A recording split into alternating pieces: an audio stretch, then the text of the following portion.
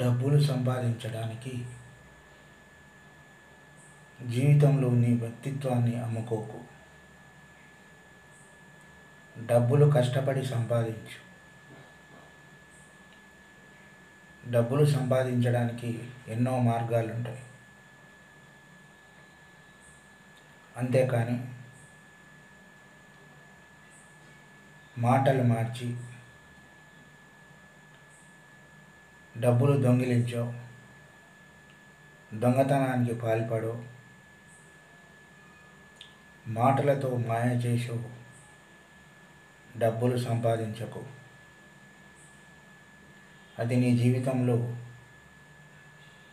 నీ వ్యక్తిత్వాన్ని చంపేస్తుంది. అందుకోసం డబ్బులు సంపాదించాలంటే నీకున్నటువంటి మంచి తెలివితేటలతో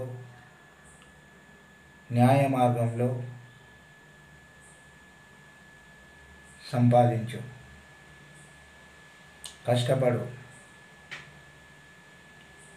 కష్టపడి డబ్బులు సంపాదించు.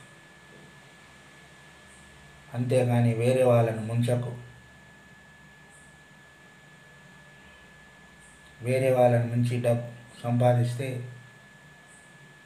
నీ యొక్క వ్యక్తిత్వాన్ని చంపుకోవడమే కాక వాళ్ళ యొక్క పాపం నీకు తగులుతుంది. అందుకోసం ఎప్పుడైనా కూడా ఒకరి సొమ్ము మంచిది కాదు.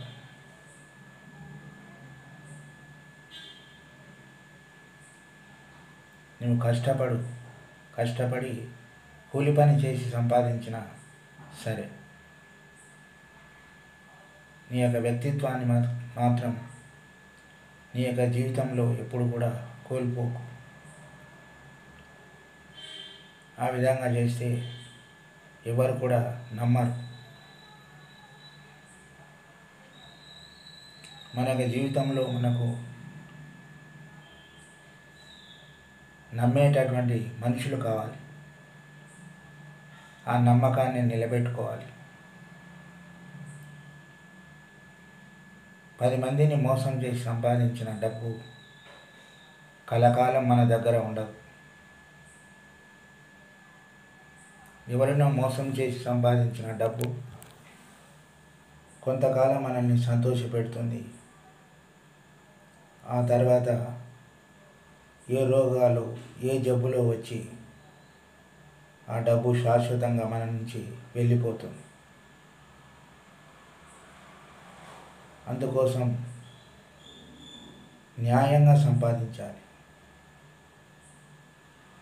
జీవితంలో న్యాయాన్ని మించినటువంటిది వేరొకటి లేదు.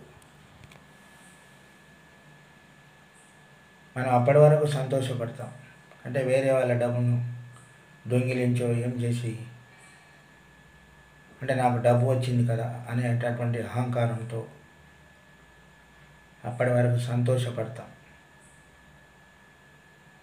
నేను వేరే వారిని మోసం చేశాను అనేటటువంటి సంతోషం ఉంటుంది. కానీ ఆ తర్వాత మనకు ఆ డబ్బు లేకుండా పోతుంది. అంటే వేరే వాళ్ళ దగ్గర నుంచి తెచ్చుకున్న డబ్బు పోతుంది. అదేవిధంగా నీవు కష్టపడి సంపాదించిన డబ్బు కూడా పోతుంది. ఎందుకోసం అంటే ఆ పాపం అనేటటువంటిది ఊరికే పోదు కాబట్టి.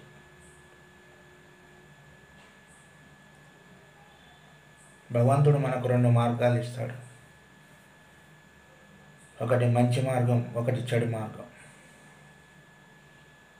అంటే మనం చెడు చేసేటప్పుడు మన యొక్క మనసు చెబుతుంది, అంటే నువ్వు తప్పు చేస్తున్నావు, తప్పు చేయొద్దు, తప్పు చేస్తే కష్టాల్లో పడతావని హెచ్చరిస్తుంది. కానీ మనం మన యొక్క మనసును కాదనుకొని తప్పుల మీద తప్పులు చేసుకుంటూ వెళ్తుంటాం. కానీ ఏదో ఒకనాడు